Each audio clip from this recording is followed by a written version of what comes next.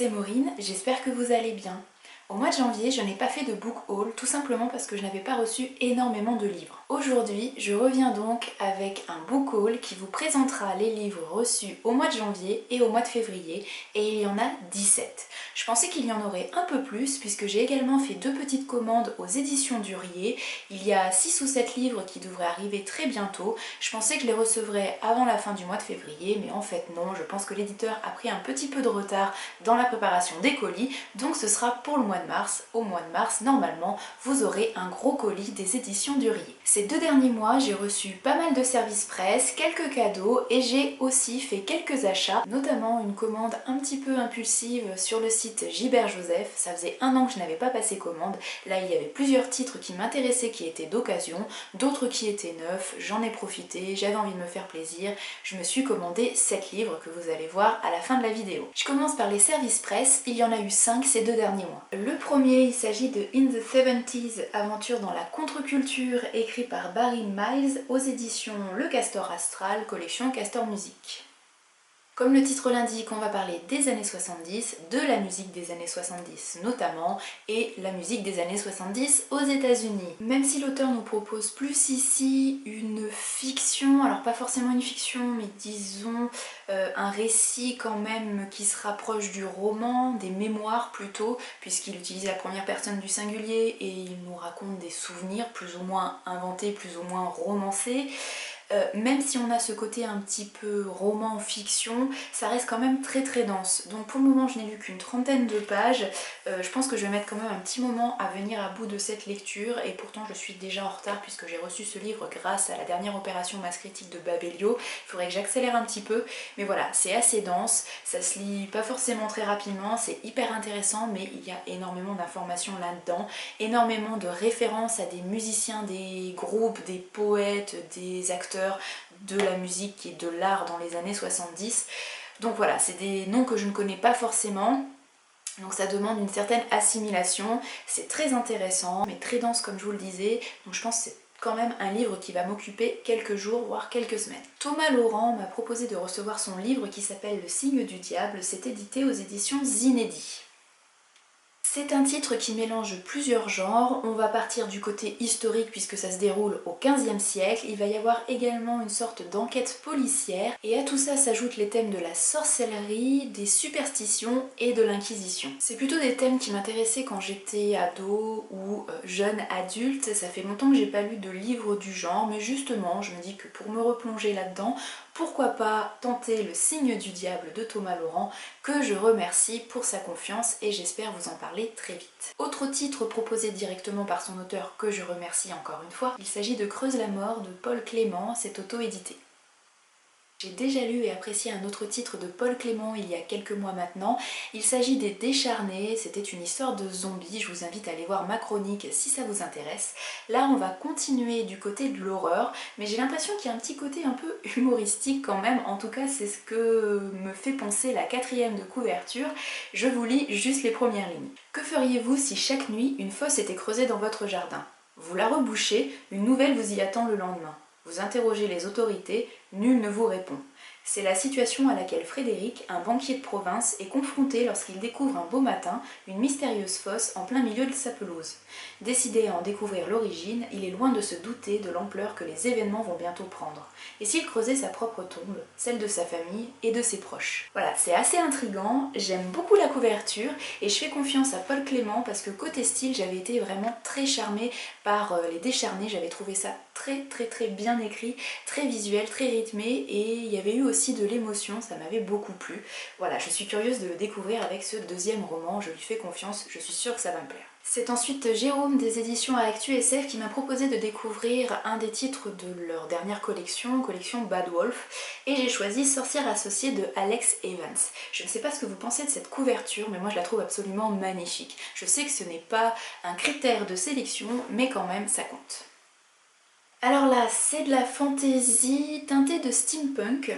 On va suivre 2 sorcières associées qui mènent l'enquête dans un univers, dans une ville qui est peuplée de créatures fantastiques, merveilleuses. On nous parle de succubes, de ghouls, de zombies, de vampires, Bref, une faune assez diverse et variée et assez particulière. Il se passe a priori pas mal de choses à tous les coins de rue et donc les sorcières mènent l'enquête. Et apparemment la quatrième de couverture nous laisse entendre qu'elles vont découvrir des choses qui vont bien au-delà de ce qu'elles imaginaient. Et enfin, j'ai eu la chance, et je remercie encore une fois la maison d'édition, de recevoir le premier titre de cette nouvelle maison qui s'appelle Magic Mirror et qui va être spécialisée dans la réécriture de contes de fées et dans la féerie. Donc forcément, si vous me connaissez un petit peu, vous savez que c'est vraiment ce que je préfère, notamment la féerie. Donc j'étais très curieuse de découvrir cette nouvelle maison d'édition et notamment ce premier titre qui s'appelle Ronce blanche et rose rouge et c'est écrit par Laetitia Arnoux. Alors le conte qui a inspiré cette réécriture, c'est Blanche-Neige et Rose Rouge. C'est écrit par les frères Grimm à la base en 1812. C'est un petit conte que j'ai dû lire quand j'étais petite, mais je n'en ai absolument aucun souvenir. Ce qui est très sympa dans cette édition, c'est que justement, on nous propose la version d'origine à la fin, donc on va pouvoir comparer. On va suivre l'histoire de deux sœurs qui sont orphelines, qui sont très différentes l'une de l'autre et qui pourtant sont inséparables. Elles s'appellent Sirona et Eloane. La première est fiancée de force par sa gouvernante et pour échapper à ce mariage qui ne lui plaît pas du tout, elle s'enfuit. Mais comme elle est très proche de sa sœur, elle se fait la promesse de revenir la chercher malgré toutes les difficultés qu'elle pourra trouver sur son chemin. Évidemment, vous vous en doutez, à cette histoire on va ajouter un petit peu de magie, un petit peu de féerie et aussi et surtout de la musique puisqu'à la fin de la quatrième de couverture on nous dit mais c'est sans compter sur l'énigmatique pianiste qui compose une toile de mélodie enivrante dans son château où la nuit est synonyme de toujours. Voilà, c'est assez intriguant, je suis très curieuse de lire ce livre et par la même occasion de découvrir cette nouvelle maison d'édition. Je vous invite vous aussi à vous pencher là-dessus. Je vous mettrai le lien qui renvoie au site de cette maison dans la description de la vidéo et si les réécritures de contes et la féerie vous intéressent, je vous invite à suivre les prochaines aventures de Magic Mirror Édition. Ces derniers mois, j'ai également reçu quelques cadeaux de la part d'amis et puis également un gain de concours. J'ai donc reçu un super colis concocté par une abonnée qui vit en Suisse et je la remercie encore. Elle m'avait mis plein de belles petites choses super bien choisies dans ce carton. J'en ai fait une photo et j'en ai parlé sur le blog dans un des articles WhatsApp si ça vous intrigue, si ça vous intéresse. Encore merci. Et dans ce carton très bien garni, elle avait ajouté le livre Jane Austen Passion discrète de Claire Thomalin aux éditions Autrement, collection littérature. En fait, c'est une biographie qui est très connue par les admirateurs de Jane Austen. Je pense que c'est une des meilleures biographies qui a été traduite en français et je n'arrivais absolument pas à la trouver.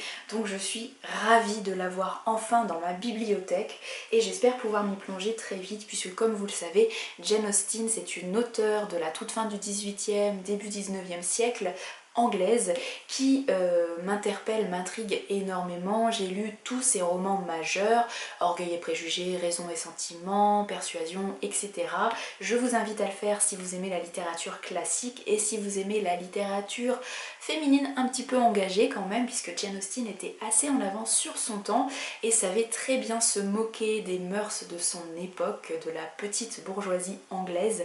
C'est très drôle, les personnages sont très bien campés, ils ont généralement une évolution psychologique que je trouve très fine, très maîtrisée et je trouve qu'on s'attache énormément aux personnages, notamment Elisabeth dans Orgueil et préjugés, c'est vraiment mon héroïne préférée je pense de Jane Austen. Tout ça pour dire que Jane Austen c'est une auteure que j'apprécie énormément, j'aime énormément sa façon d'écrire ses histoires et j'ai envie d'en savoir plus sur sa vie privée, sur ce qu'elle a pu vivre.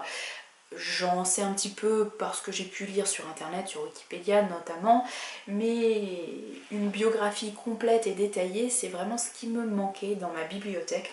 Donc vraiment ravie de l'avoir reçu. Merci. En décembre, le projet Winter and Books a vu le jour. C'était sur le même modèle que le projet Sun and Books qui avait eu lieu cet été, toujours organisé par les mêmes personnes. Et donc pendant le mois de décembre, les participants pouvaient également recevoir quelques cadeaux offerts très gracieusement par les maisons d'édition. Et j'ai eu la chance d'être tirée au sort pour le 4e tome des Chroniques lunaires vient de Marissa Meyer, 4e tome qui s'appelle Winter et c'est publié chez PKJ. Donc merci aux organisateurs de Winter and Books et merci à PKJ. Bon, je n'ai lu que le premier tome des Chroniques lunaires que j'ai beaucoup aimé. Je ne possède pas encore les tomes 2 et 3 que je n'arrive pas encore à trouver d'occasion. Il faut que je trouve ces tomes 2 et 3 et que je les lise avant de pouvoir me plonger dans cette grosse brique. J'en ai entendu beaucoup de bien, j'ai beaucoup aimé le premier tome, donc je continuerai cette saga, c'est sûr, et je suis d'ores et déjà ravie d'avoir le 4e et dernier tome dans ma bibliothèque. Dans le courant de l'automne 2015, il me semble, donc il y a plus d'un an maintenant, j'avais participé à un financement participatif sur le site Ulule, organisé par Olivier Perru et ses amis. Il s'agissait d'un financement visant à publier un très bel ouvrage de fantasy pour la jeunesse,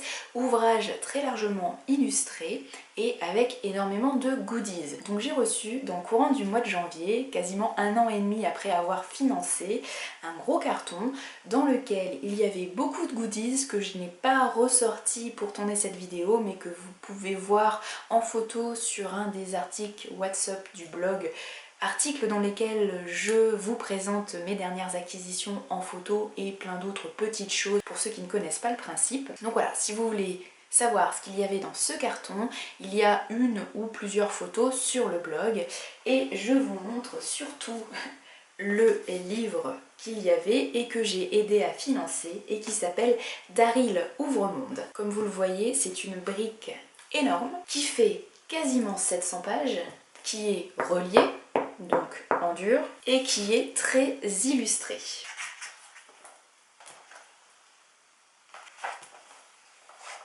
Bon, je vais pas tout vous montrer, mais comme vous le voyez, c'est un livre qui est très soigné, qui est très beau. Je suis ravie d'avoir reçu enfin ce livre pour lequel j'ai participé. Par contre, je vous avoue que je suis bien en peine aujourd'hui de vous parler de l'histoire, de vous raconter de quoi ça parle, parce que j'en ai absolument plus aucune idée. Je sais juste que c'est écrit par Olivier Perru, qui est un auteur et illustrateur français que j'aime beaucoup, que j'ai déjà lu à plusieurs reprises, notamment avec son one-shot magnifique qui s'appelle Droid, qui est de la fantaisie un petit peu sombre sur les druides comme son nom l'indique, que je vous conseille absolument. Et pour cette histoire, il est également accompagné de Rémi Guérin et de Nicolas Mitric, que je ne connais pas du tout mais que je suis ravie de pouvoir découvrir à cette occasion. Je sais juste que c'est de la fantaisie plutôt pour la jeunesse et qu'on va suivre un jeune héros qui s'appelle Daryl, comme le titre l'indique. Voilà, si vous voulez en savoir plus, je vous invite à faire des petites recherches sur internet, à aller voir le site de Termite Factory. C'est le nom de l'édition, enfin en tout cas le nom qu'ont pris les trois amis pour se rassembler et pour créer ce livre. Je vous mettrai les liens en description de la vidéo si ça vous intéresse. Au début du mois de janvier, j'ai également procédé à ma commande trimestrielle chez Françoisir et j'ai profité des soldes pour acheter l'Orange Mécanique de Anthony Burgess. Comme vous le voyez, qui possède une couverture orange fluo. Je me demande si ça brille la nuit d'ailleurs, ça fait un petit peu mal aux yeux. Orange Mécanique, vous êtes peut-être comme moi, vous avez peut-être déjà vu le film qui date des années 70 je crois, qui est devenu un classique du genre, bon, qui a pas mal vieilli maintenant il me semble. Je l'ai vu il y a quelques années, il m'avait fait forte impression. Bon, je pense que si on le voit plusieurs fois, la forte impression décline un petit peu à mon avis, et comme c'est quand même un film des années 70 qui a pas mal vieilli, je ne sais pas si aujourd'hui en 2017 il fera le même effet, surtout que mine de rien la société, les générations sont différentes maintenant et donc cette histoire voilà, c'est peut-être moins surprenant que quand c'est sorti dans les années 70, mais bref, il me semble que c'est quand même une histoire à voir, à lire au moins une fois et je suis curieuse de la découvrir dans son format d'origine, donc format texte. Alors pour ceux qui ne connaissent pas l'histoire, c'est celle d'Alex, un jeune garçon qui, avec son gang, qu'il baptise je ne sais plus comment, font les 400 coups. Enfin les 400 coups c'est un peu trop gentil pour décrire ce qu'ils font. C'est ultra violent, ils s'incrustent dans les maisons des gens, ils violent les femmes, ils tabassent, c'est très agressif, très violent. Dans une société où la violence est ultra présente, où des groupes de jeunes sont comme ça livrés à eux-mêmes et arpentent les rues sans aucun problème. Et donc Alex va subir une réhabilitation, il va subir subir un reconditionnement psychologique.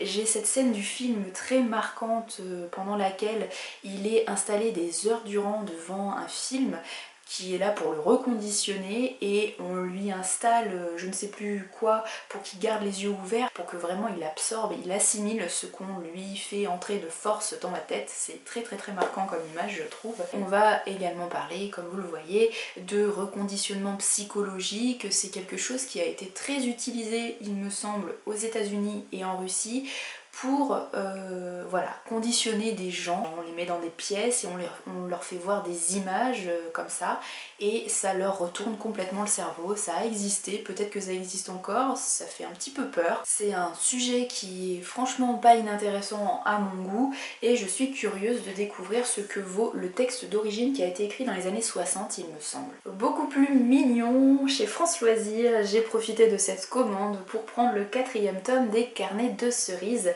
toujours par Joris Chamblin et Aurélie Néré, et ce 4e tome s'appelle La déesse sans visage.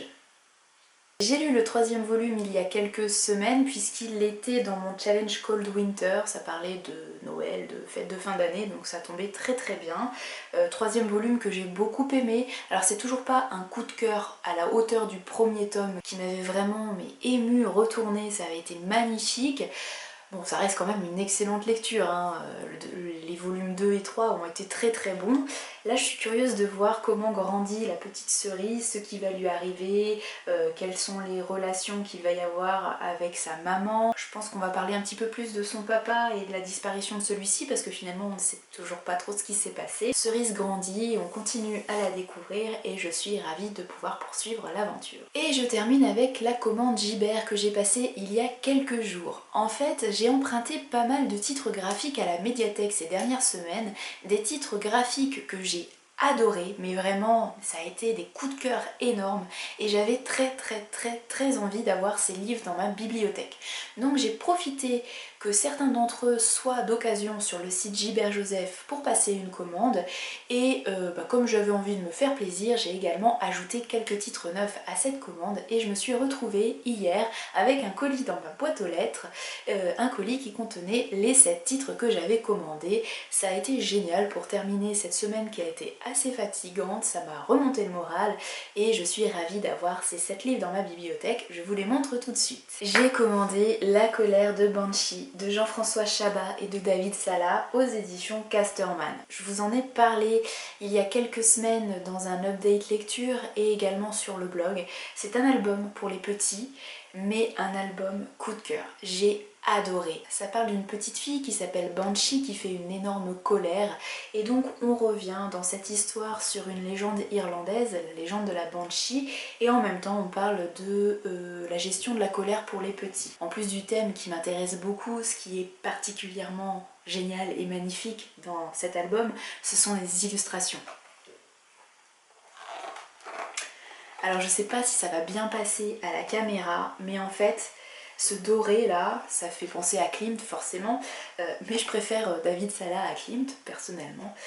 Ça brille, c'est super beau. Je vous montre quelques planches comme ça, mais voilà, je suis fan.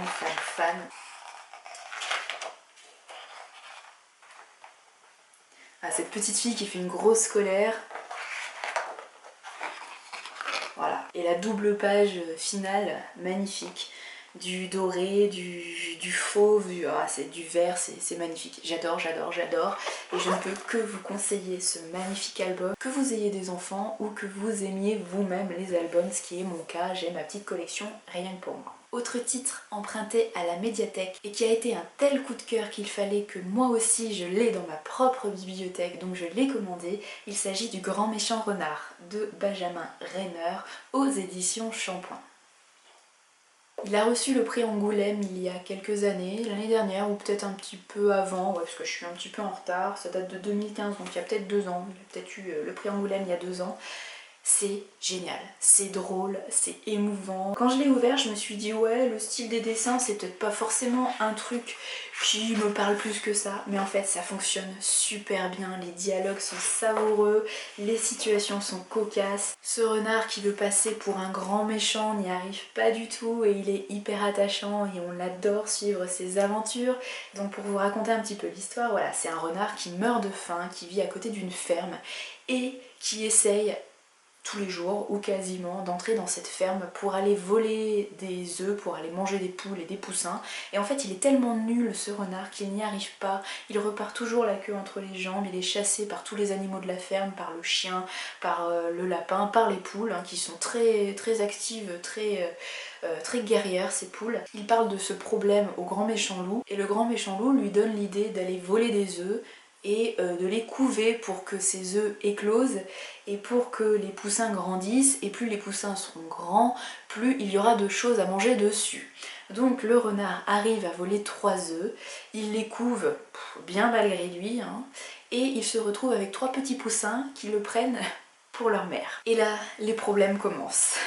C'est super super super drôle ce renard, mais il s'en prend plein la tête. Et en même temps, il est hyper émouvant. Les autres personnages sont hyper drôles aussi. Le loup qui est vraiment un grand méchant loup. Le chien qui est censé monter la garde à la ferme, qui est une grosse feignasse qui fout rien. Les poules qui se rassemblent en groupe et qui commencent à faire du self-défense pour se protéger des attaques du renard. Voilà, plein de situations cocasses, très très très très très très drôles. Et je ne peux que vous conseiller ce roman graphique qui est génial. Autre titre emprunté et que j'ai beaucoup aimé, il s'agit de 4 sœurs. Alors j'ai emprunté les 3 volumes à la médiathèque, mais je n'ai acheté dans cette commande que le premier. Parce que voilà, même si c'est d'occasion, 3 volumes d'un coup c'est un peu beaucoup, donc je me suis contentée du premier pour le moment et j'achèterai la suite dès que possible. Donc ce premier volume s'appelle Enid, c'est adapté des romans de Malika Ferjouk et c'est adapté ici par Cathy Bor. Et là c'est aux éditions Rue de Sèvres. 4 sœurs, c'est l'histoire de 5 sœurs qui sont orphelines, qui vivent dans un vieux manoir depuis la mort de leurs parents dans un accident de voiture, si je dis pas de bêtises. Et donc à chaque volume, on va suivre le point de vue d'une sœur différente sur ces 4 autres sœurs. D'où le titre en fait. Elles sont 5, mais comme il y en a toujours une qui parle des 4 autres sœurs, on se retrouve avec le titre 4 sœurs. Enfin il me semble que c'est ça l'explication, j'ai pas lu les romans, mais je le vois comme ça. Donc là on suit le point de vue de Enid, qui est la plus jeune des 5 sœurs, qui a 9 ans je crois, et qui a une imagination un petit peu débordante. C'est le petit bébé, la petite dernière de la fratrie, et elle est hyper attachante. Elle nous raconte ça avec ses yeux d'enfant, même si elle est très mature quand même pour son âge. En même temps, ce qu'elle a pu vivre dans sa jeune vie, ça fait grandir je pense très très vite. C'est une histoire qui est hyper émouvante. On découvre les 5 sœurs qui sont très différentes les unes des autres, mais qui toutes arrivent à nous toucher, qui vivent des choses différentes, qui ont des caractères différents. On a l'aînée Charlie qui a la vingtaine, qui a pris sous son aile ses 4 sœurs et qui est aidée en ça par son petit ami qui est médecin. On a également Bettina, la rouquine, très flamboyante, un petit peu langue de vipère au début. On la trouve un peu détestable quand même avec ses copines glousseuses, elle doit avoir 14 ou 15 ans et en fait, peut-être pas dans ce volume mais dans le deuxième on la découvre un peu plus et on la trouve beaucoup plus attendrissante, beaucoup plus touchante que ce qu'elle peut paraître au premier abord. Finalement je l'ai beaucoup aimée. On a également Hortense qui est juste au-dessus de Enid, qui doit avoir 11 ou 12 ans et qui elle adore lire et qui tient un journal intime et qui va se mettre à faire du théâtre. Elle est très timide mais ça va la révéler aux yeux du monde. Et la dernière sœur, si je dis pas de bêtises, c'est Geneviève, ou Guenièvre, non Geneviève, qui doit avoir 16 ou 17 ans, donc qui est la deuxième juste après Charlie, qui elle est très féminine, c'est la blonde de la famille, très douce, très maternelle, et qui fait croire à toute sa famille que elle va faire du babysitting et en fait elle va faire du kickboxing ou un sport de combat qui la défoule, voilà, mais elle garde ça secret, elle garde ça pour elle. Je vous ai donné quelques éléments, c'est très tendre, on les voit évoluer dans leur quotidien, elles ont des problèmes d'argent, c'est un petit peu dur de gérer ces 5 sœurs dans ce vieux manoir, et puis elles doivent continuent à grandir malgré la mort de leurs parents, donc c'est pas toujours facile. C'est très tendre, très émouvant. Vraiment beaucoup aimé cette histoire et j'achèterai les tomes 2 et 3 dès que possible et j'espère que le 4e sortira très vite. J'ai profité de cette commande pour prendre les tomes 2 et 3 de la trilogie Elinor Jones. C'est écrit par Algeciras et illustré par Aurore. J'ai pris ces 2 derniers tomes de la trilogie parce que j'ai lu le premier tome il y a quelques jours seulement et j'ai franchement beaucoup aimé. J'ai été surprise, très agréablement surprise par le tournant pris par l'histoire et notamment par le traitement des personnages qui ne sont pas forcément là où on les attend. Je pense que je lirai ce tome 2 au printemps puisqu'il s'appelle Le bal de printemps et je lirai ce tome 3 en été puisqu'il s'appelle Le bal d'été tout simplement. Pour revenir très rapidement sur l'histoire, ça se passe au 19e siècle en Angleterre et on suit Elinor Jones qui est une jeune couturière très douée qui est embauchée dans une famille riche, dans une famille de stylistes. On va dire ça comme ça, même si au 19e siècle, je suis pas sûre que ce soit le terme propice, ce soit un terme qui existait. Mais bref, dans une famille qui gagne sa vie en proposant des créations absolument uniques de robes, etc. En proposant ces créations à la bonne société. Donc Elinor Jones entre dans cette famille, dans cette fabrique même, et elle va très vite découvrir que la famille est peut-être pas si sympathique qu'on pourrait l'imaginer de prime abord. Je vous en dis pas plus, mais j'ai été très surprise par voilà, le chemin emprunté par l'auteur et les dessins sont très très beaux, donc je ne boude pas mon plaisir, j'ai pris les tomes 2 et 3 et j'en suis ravie. Il y a peu, j'ai lu M-Train de Patti Smith que j'avais emprunté à la médiathèque, que j'ai beaucoup aimé, je vous en parle dans la dernière vidéo Update Lecture, et j'avais envie de découvrir le premier livre, on peut dire ça comme ça, les premières mémoires écrites par Patti Smith, et donc ça s'appelle Just Kids. J'ai profité de le trouver d'occasion pour le prendre, mais alors là pour le coup je suis hyper déçue parce que franchement je crois que le livre neuf doit coûter 7 ou 8 euros et d'occasion je l'ai payé 6 et quand vous voyez l'état du bouquin, franchement j'aurais mis 2 euros de plus, je l'aurais eu neuf et voilà, pour 2 euros je pense que j'aurais dû faire ça parce que il est taché par la colle d'étiquette, il est plié ici, ici, donc bref, franchement, moi je vois ça en bouquinerie, je mets 1 ou 2 euros, pas plus de 2 euros. Là, 6 euros pour un poche comme ça, plié là aussi, je trouve que c'est un petit peu abusé de la part de Gilbert Joseph. Bon, le reste des livres, qui étaient d'occasion ou neufs, sont en très bon état, donc ça va. Mais là, pour le coup, ouais, déception. Passons, c'est pas grave, tant pis, la prochaine fois, pour 2 euros, je prendrai le livre neuf. Just Kids, voilà, c'est Patti Smith qui revient sur les événements qui ont pu se dérouler dans sa jeunesse, surtout. Un peu plus rock'n'roll, je pense, que M-Train, qui est plus posé, qui raconte plutôt sa vie adulte. Là, je pense que oui, ça va être un peu plus rock'n'roll, ça va bouger un peu plus et apparemment c'est très très très bon, donc j'espère que je pourrai le lire très vite. Et enfin, tout dernier achat de cette commande chez Gilbert Joseph, sous vos conseils. En fait, il y a une dizaine de jours, au moment de la Saint-Valentin ou presque, j'ai lancé un appel sur Facebook, sur la page. Je vous demandais de me conseiller une romance, parce que je ne suis pas du tout romance. Je n'aime pas ça.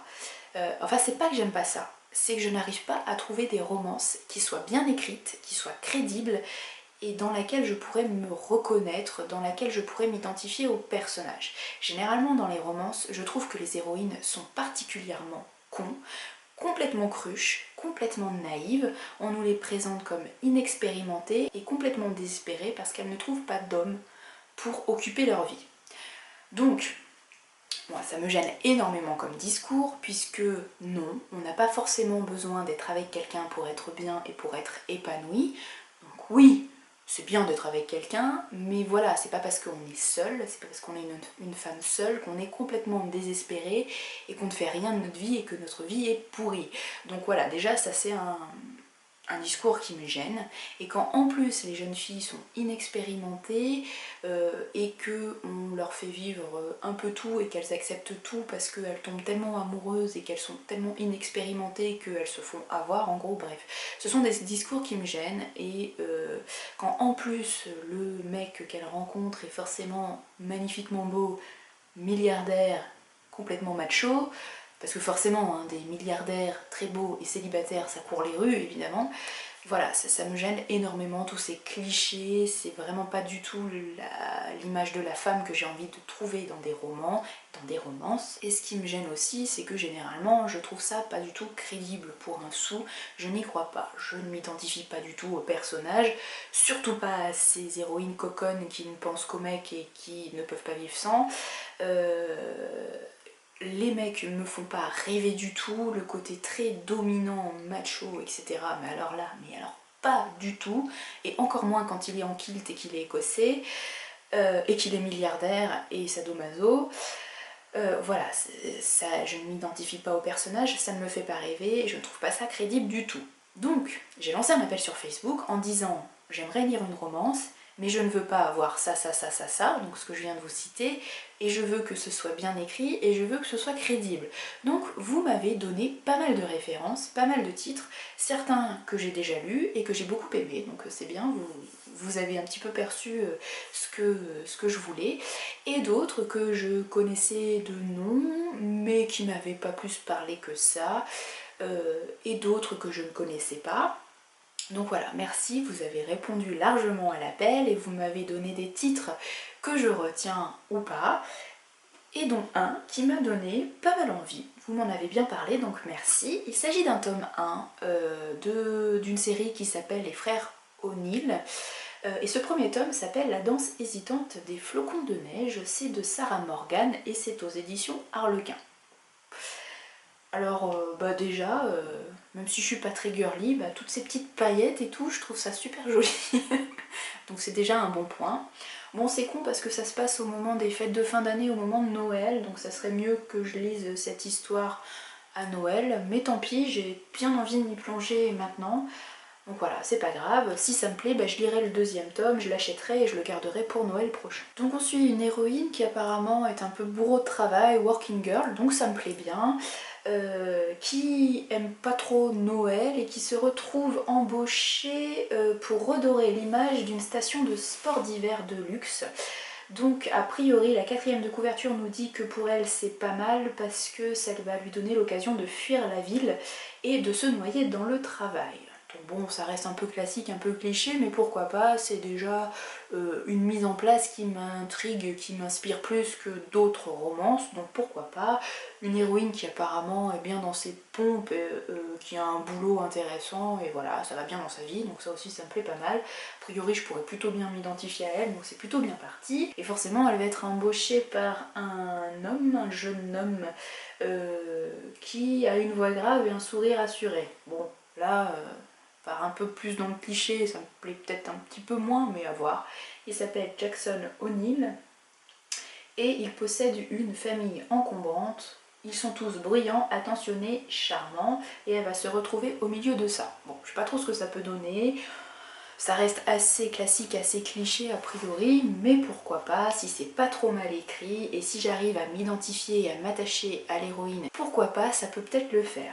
Bon, si ça marche pas, je vous en voudrais beaucoup, notamment Alicia, puisque c'est quand même toi qui m'as vraiment poussé à acheter et à lire ce livre, donc si ça ne va pas, ce sera de ta faute entièrement, ou presque.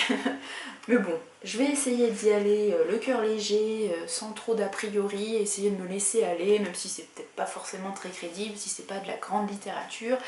Voilà, peut-être que ça me fera rêver, pourquoi pas, on verra, je vous en parle très vite, puisque c'est vraiment le genre de livre que j'ai envie de lire en ce moment, un truc un peu léger, un truc qui change complètement de mes habitudes. Rendez-vous dans quelques semaines pour mon avis. Voilà pour ce book haul, j'espère que ça vous aura plu, j'espère que ça vous aura donné envie de vous plonger dans quelques livres.